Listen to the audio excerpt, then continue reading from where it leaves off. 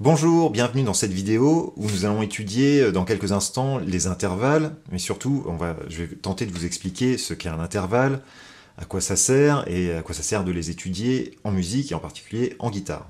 Donc je m'appelle Yvon, bienvenue sur jazzetguitare.com. Donc c'est une chaîne YouTube sur laquelle je publie des vidéos sur la guitare jazz en règle générale. Voilà, donc si vous voulez avoir des informations, n'hésitez pas à visiter ma chaîne. Vous pouvez également vous abonner et en cliquant sur la petite cloche à côté du bouton d'abonnement, vous serez prévenu des prochaines publications que je ferai sur cette chaîne, c'est-à-dire les prochaines vidéos qui seront publiées sur cette chaîne. Un intervalle, c'est quoi? En fait, c'est simplement le nombre de notes qui sépare une note d'une autre note dans l'ordre de la gamme. Alors déjà, l'ordre de la gamme, ça veut dire quoi? C'est la gamme majeure que tout le monde connaît, ou la gamme de notes, c'est Do, Ré, Mi, Fa, Sol, La, Si, Do. Donc vous avez juste besoin de savoir ça, Do, Ré, Mi, Fa, Sol, La, Si, Do. Et après, on prend deux notes, Fa et Ré, et on doit compter le nombre de notes qu'il y a entre Fa et Ré, en suivant l'ordre Do, Ré, Mi, Fa, Sol, La, Si, Do. Donc Do, Ré, Mi, Fa, Sol, La, Si, Do, et puis après je recommence, hein, Ré. Donc en tout, ça fait Fa, Sol, La, Si, Do, Ré. Ça fait 6 notes, en prenant Fa comme première note et Ré comme dernière note. Donc on a un intervalle de 6 notes, donc on appelle ça une sixte. C'est ça un intervalle. Donc si je prends un autre exemple, Si, Mi, Do, Ré, Mi, Fa, Sol, La, Si, Do, Ré, Mi, Si, Mi, ça fait un intervalle de 4 notes. Donc c'est une quarte. Donc les intervalles les plus courants dans la musique, c'est tous les intervalles finalement. La seconde, c'est un intervalle de 2 notes. Par exemple, on a Fa, Sol, c'est un intervalle de 2 notes. Ou La, Si, c'est-à-dire 2 notes qui se suivent dans la gamme finalement. Les tierces, alors les tierces c'est très important parce qu'on va voir par la suite que c'est ce qui va permettre de déterminer, entre autres, si la gamme est majeure ou mineure. Donc ça c'est un intervalle de 3 notes. Donc la quarte, un intervalle de 4 notes. La quinte, un intervalle de 5 notes. La sixte, c'est un intervalle de 6 notes. La septième, un intervalle de 7 notes. Et pour un intervalle de 8 notes, on appelle ça l'octave. Octave comme octo, un octogone, 8. Voilà. Donc l'octave, alors ça porte un nom un peu différent, et finalement c'est pas plus mal parce que quand on arrive à l'octave, on arrive sur le même nom de notes que la note de départ. Si je prends Fa et que je compte 8 notes, ça fait Fa, Sol, La, Si, Do, Ré, Mi, Fa. J'ai démarré d'un Fa et j'arrive sur un Fa. Donc en fait, l'octave, c'est quand le nom de la note se répète. Voilà, ça c'est l'octave. Ensuite, après l'octave, on peut encore agrandir l'intervalle, c'est-à-dire, donc si je prends une gamme de Do, je vais la jouer ici, voilà. Si je prends un intervalle de 8 notes, d'octave, donc c'est de Do à Do, Do, Do. Mais si j'agrandis mon intervalle, je peux aller, après l'octave qui est la 8e note, je peux aller jusqu'à la 9e. Donc Do, Ré, c'est-à-dire le Ré qui va se trouver encore au-dessus de l'octave. On appelle ça un intervalle de 9e. Donc voilà, 9e, c'est un grand intervalle. On entend bien qu'il y a une grande différence de son entre la première note et la deuxième note. Et donc il y a bien 9 notes. 1, 2, 3, 4, 5, 6, 7, 8, 9. Voilà, ça c'est un intervalle de 9e. Alors on pourrait faire un intervalle de 10e, de 11e, de 12e, de 13e, de 14e, de 15e. Ouais, comme ça. Et arrivé à 15e, on se retrouverait avec une double octave, c'est-à-dire à nouveau le nom de la première note qui se répète une deuxième fois. Alors je refais juste mes intervalles jusqu'à la 15e, où, je vais le prendre ici. Donc seconde, tierce, quarte, quinte, sixte, septième, octave, neuvième,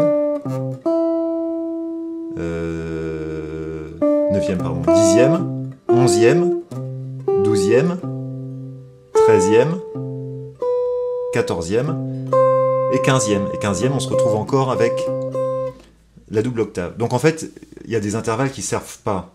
Et ça, je vous expliquerai plus tard, mais en gros, on ne va pas utiliser la 10e, la 12e et la 14e, et la 15e. Parce qu'en fait, on va reparler d'octaves pour désigner des notes, même si elles se trouvent en 10e position, 12e position, donc à la 15e position, on va parler d'octave encore. Et pour la 10e, 12e et 14e position, en fait, ce sont les tierces, quintes, c'est ça, les tierces, quintes et 7e, mais qu'on a redoublé à l'octave. Donc on continuera d'utiliser le terme tierce, quinte et 7e. Même si, c'est pas, en réalité, en théorie pure, une 10e, c'est une 10e. C'est bien la tierce qui se trouve au-dessus de l'octave.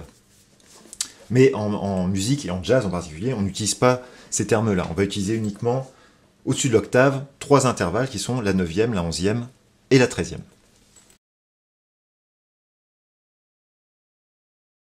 Ça sert finalement à construire des accords, ça peut être des accords, avec des sonorités différentes et des sensations différentes. Ça peut servir également simplement à construire des mélodies. En choisissant des notes différentes, on a des intervalles, des espaces différents entre les notes, et donc on produit des effets sonores qui sont différents. Et certains effets sonores vont être plus ou moins doux, durs, apaisés, tendus, joyeux, mélancoliques. Donc il va y avoir une sorte de sensation associée à chaque type d'intervalle.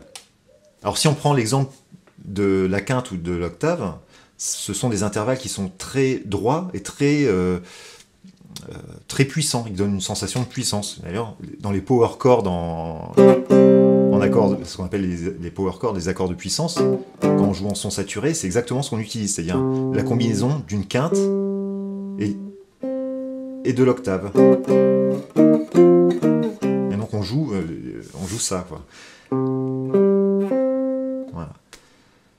Si je prends maintenant une tierce majeure, alors je vais expliquer ce que c'est que majeur et mineur, mais une tierce majeure et puis une tierce mineure, on va avoir 2 intervalles différents. La tierce majeure va sembler un petit peu plus joyeuse que la tierce mineure qui va sembler plus sombre, plus mélancolique ou plus triste. Voilà. Et donc chaque intervalle va avoir comme ça une caractéristique bien particulière.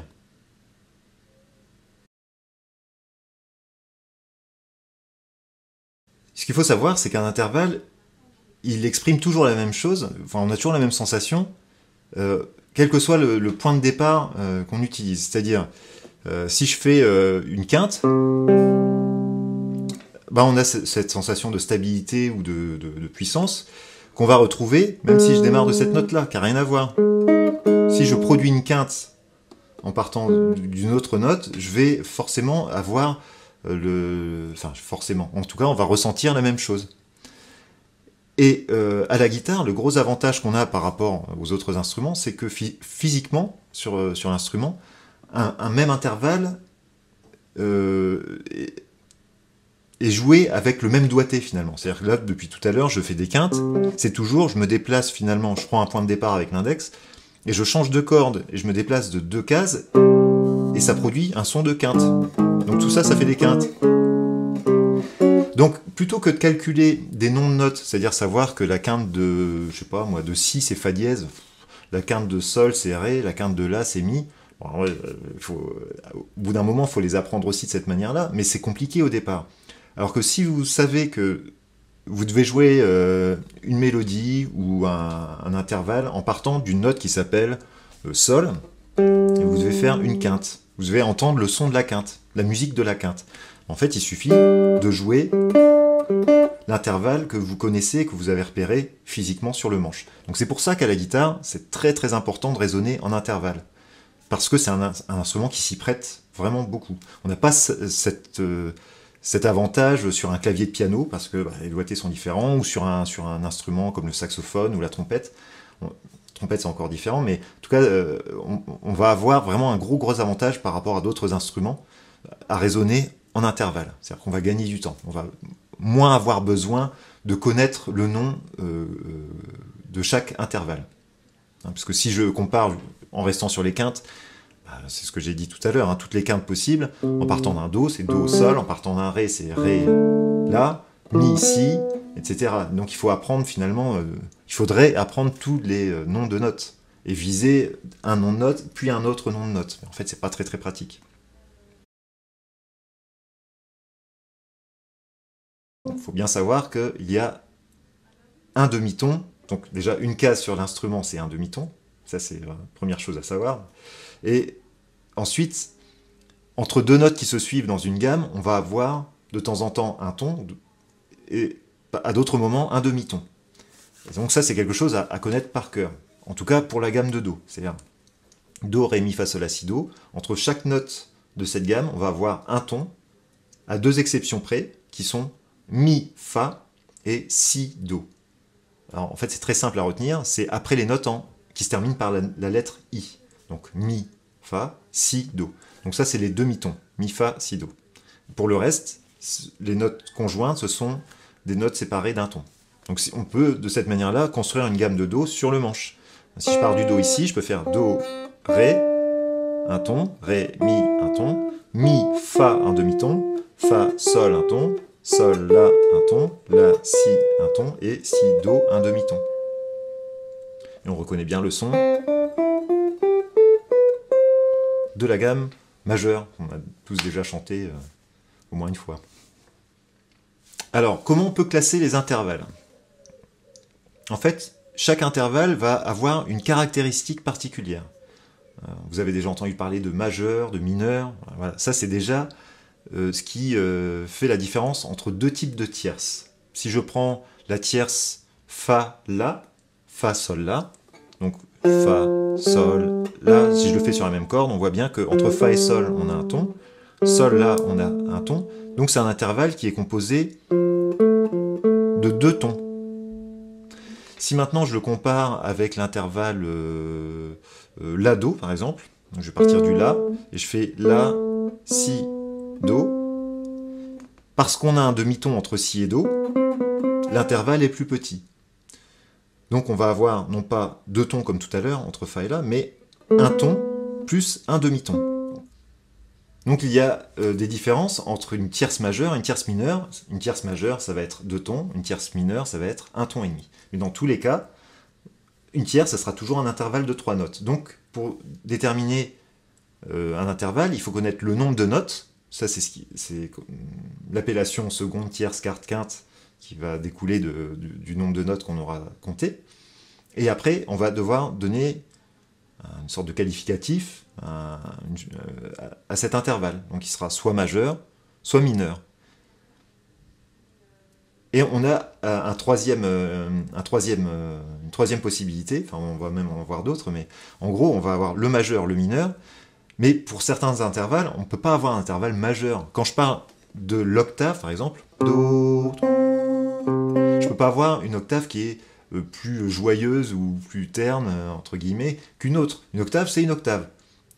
Physiquement, c'est une fréquence qui est multipliée par 2. Donc on ne peut pas avoir un entre-deux, on ne peut pas avoir un petit peu moins, un petit peu plus. Donc on ne parle pas à ce moment-là d'octave majeure ou d'octave mineure. Une octave, c'est juste. C'est-à-dire ça fait... on va avoir 6 tons. Entre deux notes séparées d'une octave, il y aura exactement 6 tons.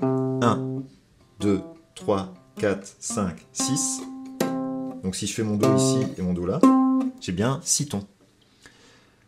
Et donc, une octave, on va parler d'intervalle juste. Et ça sera la même chose pour la quarte et la quinte. Donc, octave, quarte et quinte, c'est ou juste ou faux. Non, en gros, on ne va pas dire faux. Si c'est plus grand, on va parler d'intervalle augmenté. Alors, une quarte, par exemple, ça fait 2 tons et demi. Do, Ré, Mi, Fa. Là, j'ai bien Do, Ré, Mi, Fa. 1, 2, 3, 4. 4 notes. Do, Ré, un ton, Ré, Mi, un ton, et Mi, Fa, un demi-ton. Donc 2 tons et demi entre ces deux notes. Do, Fa. Et on peut avoir, dans certains cas, une quarte augmentée. Donc au lieu d'avoir 2 tons et demi, on va augmenter d'un demi-ton, d'une case à la guitare. Donc on va voilà, ça c'est un intervalle particulièrement dissonant, mais particulièrement intéressant aussi. La quarte augmentée, elle va être plus grande que la quarte juste. Donc en gros, il va y avoir des états mineurs, majeurs. Pour certains intervalles, quarte, quinte, octave, ça sera juste. Et plus grand que ces 2 ou 3 états, ça sera augmenté, et plus petit, ça sera diminué. Voilà. Donc je résume ça dans le tableau que vous pouvez voir apparaître à cet écran. Donc pour la seconde, tierce, sixte et septième, on a 4 états possibles. Du plus petit au plus grand, c'est diminué, mineur, majeur, augmenté. Et entre chacun de ces états, il y a juste un demi-ton qui change. Et pour les quartes, quintes et octaves, théoriquement, on a 3 états possibles qui sont diminués, du plus petit au plus grand, diminué, juste, augmenté. Mais en réalité, les octaves augmentées ou des octaves diminuées, j'en ai jamais vu. Mais si on parle du principe théorique pur, voilà, c'est comme ça qu'on pourrait raisonner. Bon, j'espère que cette vidéo vous a plu, que vous avez appris quelque chose. N'hésitez pas à laisser un petit commentaire en dessous de cette vidéo.